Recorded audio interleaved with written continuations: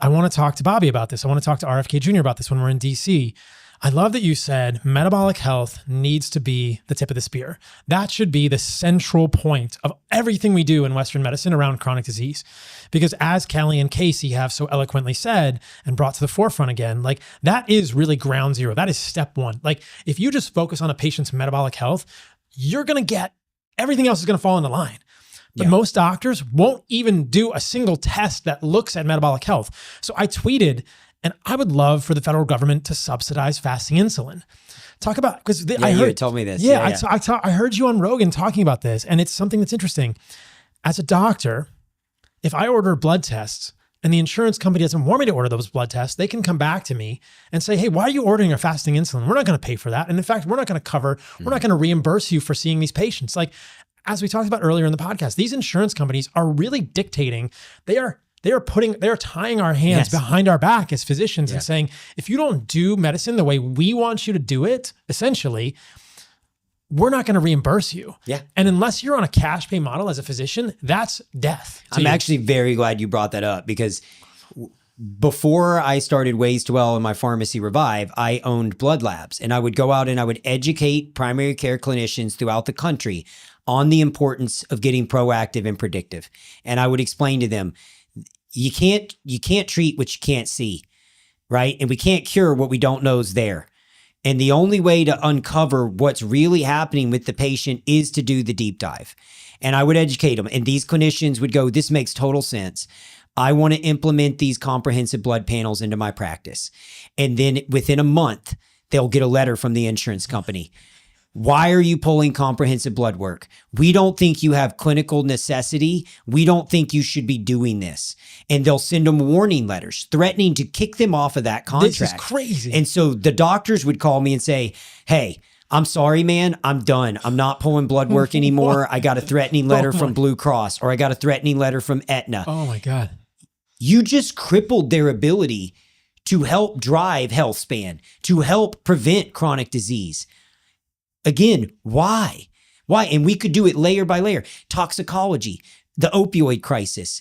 Why would you not prescribe so step one, the insurance company could have offered the patient a non-abusive, non-addictive topical pain cream for a lot of these orthopedic related injuries. They didn't, because it costs more and there's no rebate because it's a compounded product. So they pushed the patients to opioids.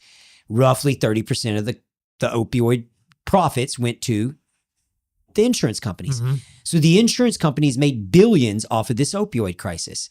Then you go, okay, well, if you're going to force these people to opioids, we should probably implement a pharmacogenetic test to identify, is this patient at risk of being a slow metabolizer and dying? Are they at risk of being a fast metabolizer and not experiencing the benefits of the drug? Or are they a non-metabolizer, which roughly 20 to 25% of people are non-metabolizers of opioids.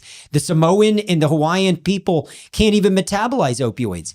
But how many billions of dollars of opioids were charged to Hawaii? It was all a fraud. They knew all along. Like the Sackler family knew that these pain meds wouldn't work for that class of people. And there's actually a lawsuit by the state of Hawaii against them for this. This is crazy. And so as we peel back the layers, they let these drugs get into the marketplace. They incentivize these drugs to be preferred on a formulary. They push the patient to the drugs. Then they strip our ability to uncover if you're even going to be able to metabolize or utilize this drug, because they quit covering the pharmacogenetic test. So then our only option left is, how do we stop divergence? How do we know this patient's actually taking this medication, or that they're not just abusing it or selling it on the black market? It's a toxicology screen.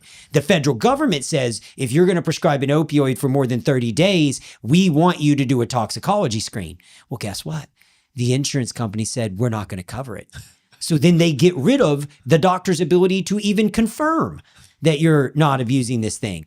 And so throughout the system, the checks, the balances, all of it was corrupted. All of it was taken out from the clinicians. And then meanwhile, the insurance companies were printing buku dollars off of this opioid crisis, which is still perpetuated to this day. The equivalent to a 747 jet worth of people are dying every day of opioid related deaths, heroin, black market, everyone's fentanyl. I mean, that's what got my brother. He was addicted to opioids. He attempted to, when they changed the rules and he couldn't get them anymore, he, like so many people, turned to alternatives in the black market, and it was cut with fentanyl, and it stopped his heart instantly the first time he tried it. And that's the story of so many Americans. Oh my God. And what's sad is it wasn't just the Sackler family. Right. It was the FDA. It was the Sacklers. It was the insurance companies. It was everyone throughout that chain of command that was supposed to be protecting us, and nobody did. So don't fucking tell me that they're looking out for us on food. Don't tell me this bullshit, because I ain't buying it. I know what you've done. I know what blood's on your hands. We know. If we dig, if we look, we're going to find more and more damning stuff. And I think Bobby's going to dig. I think we're going to find a lot when we drain this swamp. How much stock in BlackRock, State Street, and Vanguard is the Sackler family owned, bro? Who knows? I know. I mean, they're not the only ones, but who the fuck knows? But yeah. Okay. So I just want to make sure I emphasize this point. That's wild. I feel like a way to fix this would be like, fasting insulin is $30. What if the federal government subsidized that? The insurance company can't tell you no. A single blood test would zero in. It's not perfect, but it's damn sensitive and specific. And we would be able to tell overnight that we have this huge epidemic of metabolic dysfunction in this country.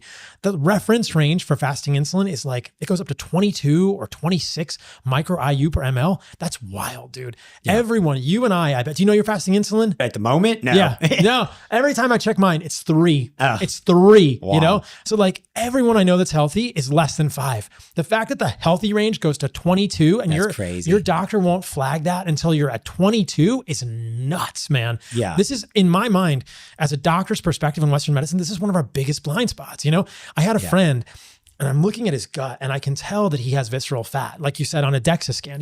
If he goes in a DEXA scan, I know they're going to see visceral fat. Yeah. I said, get a fasting insulin. And he's otherwise kind of skinny. I think he might actually have think about this. How many people even ever get a fasting?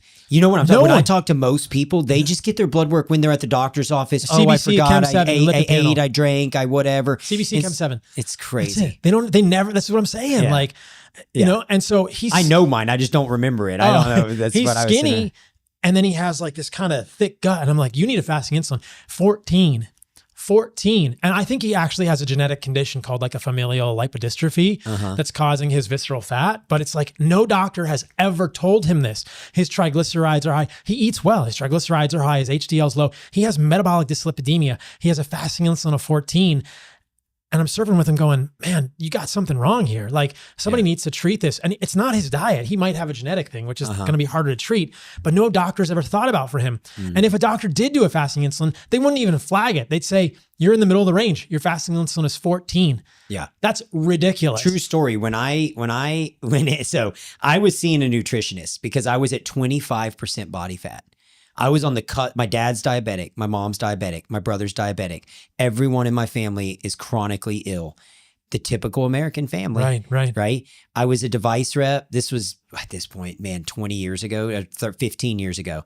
I was a device rep. I'm getting up at 4 a.m. to go train CrossFit. I'm doing my best to eat healthy-ish, in my opinion. And I was just gaining weight. And I was on the cusp of obesity. I was 25% body fat. I went to a nutritionist and I started following everything he was saying, doing all the right things. And he got me down to like 22. And he's like, man, something's just not right. And it wasn't until we did comprehensive blood work, fasted with a endocrinologist and urologist, Dr. Larry Lipschultz, a phenomenal, like world-renowned urologist in Houston, Texas, that we uncovered that I had literally the testosterone level of a 12-year-old girl. Like my testosterone was 110. And is it because the food, the processed food, the microplastics, the lack of sleep, getting up, all the things in our environment? I don't know. But just knowing that to me was a trade win that changed my life, because I said, oh my God, it's correctable. I can fix this. Right. There's hope. And just through fixing that at the time, within 6 months, I went from 22 to 9% body fat. Like where you could see my abs. I felt better. I had energy. I was still eating what the nutritionist told me. But what came first, the chicken or the egg? You know, what did I have low testosterone and bad hormones because I was eating bad processed foods and diet, and it created such damage and wrecked my system so bad that even when I was eating clean, it was going to take time for my body to restabilize. We cleaned all that up, and it changed my life. And that was 15 years ago. You did TRT. At the time, I did HCG to boost my natural testosterone. And then we just kept reassessing, and we kept making sure that we're driving my testosterone into physiological normal ranges. I think it's totally reasonable. And it changed my life. And there's so many people like that. Like women, most women rely on their OB to be their primary care. And a lot of OBs really aren't that nuanced in that piece of driving health span.